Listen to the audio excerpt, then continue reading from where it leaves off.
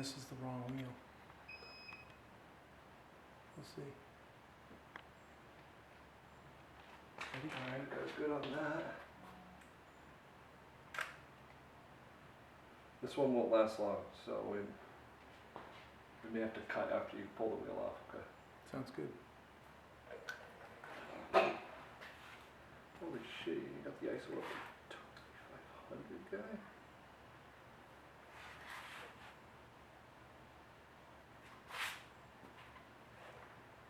Taking pictures at night?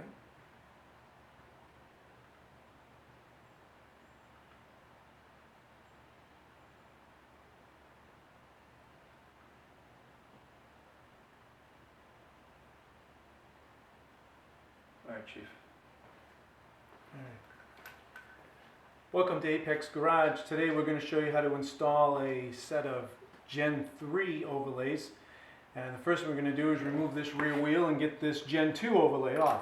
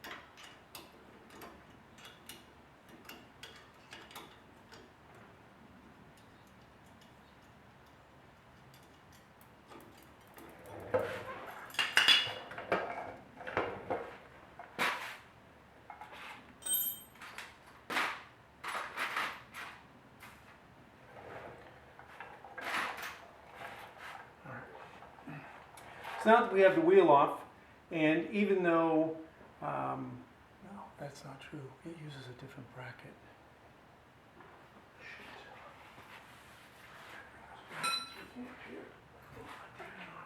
Alright, yeah, do you have all the stuff that you need? I do. Yep. Okay. Do you want to redo kind of this stuff, or was this going to be the same video? Yeah, I'll just redo this. So. I'm going to clean up this area a little bit because it looks like shit. This is rolling, right? That one is, the back one isn't. Okay.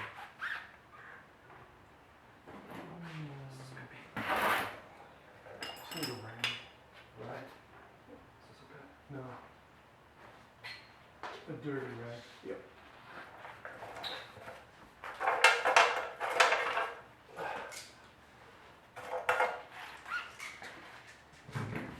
So now that we have the wheel off, you can see the brackets are already mounted on here, and the conversion from Gen 2 to Gen 3 is simple. The brackets actually stay the same, but just for installation purposes, I'm going to pop these off anyway so that you can see where the holes were drilled in this brake caliper bracket.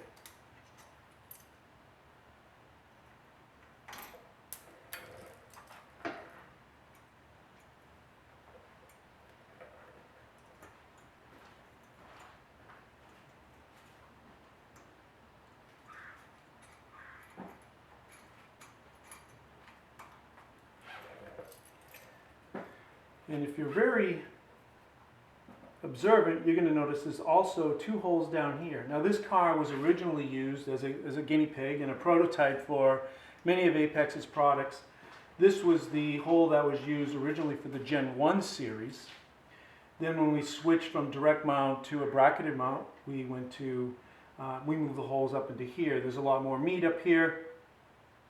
No, that's not what I want. So now that I have the brackets off, you can see where the two holes are drilled. And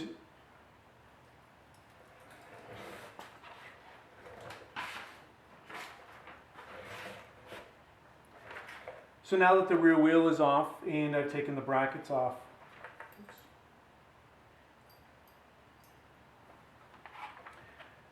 now that the rear wheel is off, no, that isn't it. Now that I have the brackets off, you can see where the holes are drilled into the rear caliper bracket. And again, same as the front, on the rear there's a bill of materials. We give you an approximation as to where that hole should go. You can see there's a template here. It does not have to be perfect, and it's the same on the front or any of these. Any place that there's some, you know, a good piece of thick metal there, I don't want to say that either. So now that I have the brackets off from the Gen 2s, you can see where the holes are to mount the Gen 3s. If you're observant, you notice there's two more holes here. That was for the Gen 1 series. This car has had every single series that we've ever produced put on it.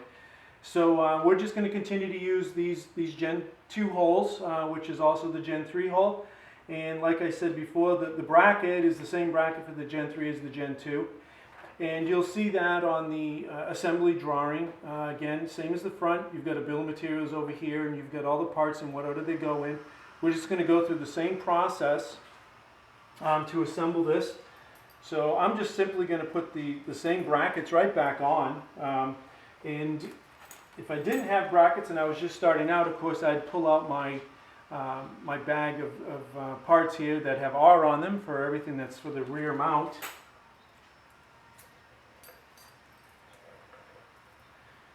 And one of the things that I should note is, if you would like at this point, you could put some anti-seize on the bolt. To similar metals have a tendency to have some galvanic corrosion occur. It can make it a little difficult to get the bolt off after a few years. It's entirely up to you as to whether or not you want to do that. It's more important if you're putting steel into aluminum. These are steel caliper brackets, and we're using stainless steel bolts, so it's not as much of an issue. But it does make removal far simpler if you ever sell the car and want to put your overlays on another car, or you simply want to get a different set or a different color. So we'll do the same thing here as we did on the fronts. You want to make it so that you can you can move them, so just snug them up. And then the same holds true. You want the 5x16 millimeter bolt already screwed in and mounted there, and of course you want to put a couple of washers on the back side so that you can clear this button head bolt. And just like on the front, you're going to do the same thing. You're going to get it on, you're going to eye it so that it's essentially centered. Once you've got it centered, you simply hold the bracket and tighten it up. Once it's tight, you can stick this back on, and you're going to throw a washer in the back and a 5mm nut, and using your 8mm boxed-in wrench, just simply tighten it up. And then we'll go through the same process. We'll put the wheel back on with just one lug nut. Of course, it's rear-wheel drive, so you can't spin the wheel, but you can check all the clearances.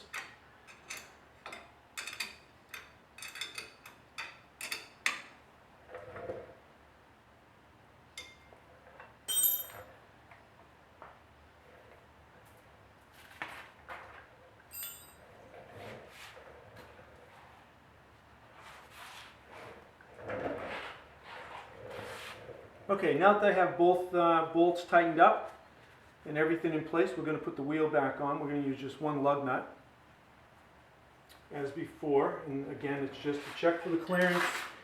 These are 20-inch wheels, so there's going to be more than enough space, but if you have OEM wheels, there's a little less space with those, but in the rears, you've yet to find an issue, but it's just a good idea to do it, just to be sure. So you want to be careful when you're first putting it on that you don't If you do have an interference problem, just because maybe you have it too close, you know, towards the center of the wheel, just be gentle and careful when you're first putting it on.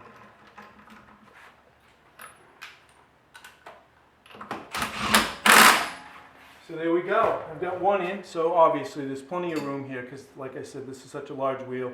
There's plenty of space in behind here. If this were an OEM wheel, you'd want to be checking right down in here because that's the that's a place where you might have the biggest issue. But that's about it. Pretty simple. If you have any questions at all, please reach out to us on our website. And if you... I fucked that up. I broke off in the middle without a space. How are we going to edit that?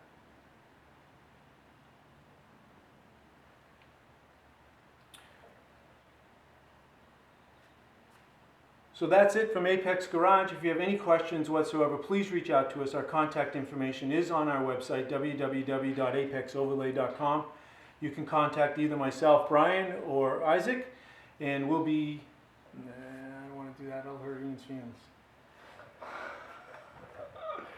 Just say you can contact us on our website. Our contact details are on our website.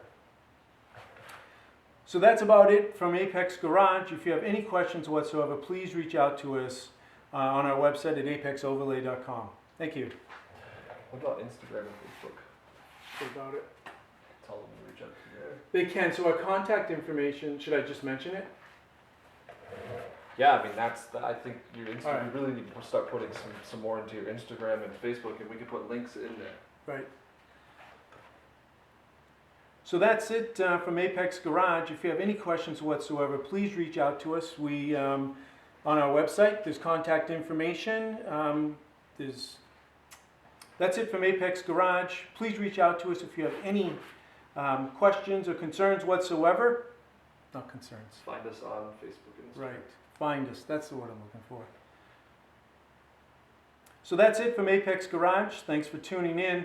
If you have any questions whatsoever, please reach out to us on our website at www.apexoverlay.com, or you can find us on Instagram or Facebook.